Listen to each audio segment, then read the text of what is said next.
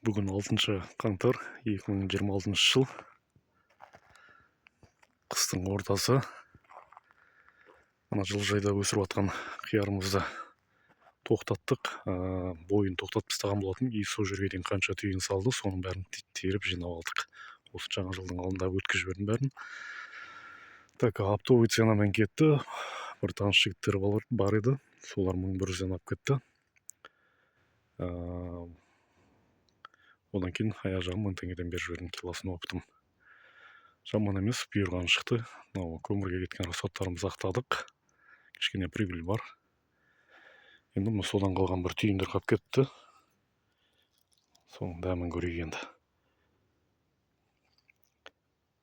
Іші қазір жылыжайдың іші -2 болып тұр. Сонда да қиярлар үсіп өтті ше. Енді үсіген ғой енді, бірақ түйіндер қалып кеткен әр жерден мынандай.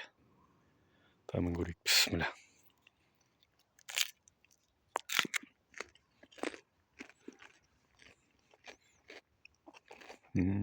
Қанша дегенмен свежий қияр, надо свежий. Алла істеп жатқан кәсібімізге, диқаншылығымызға береке берсін. Құдай қаласа, ақпан айынан бастап қайттан көктемге оборот тегетін боламыз.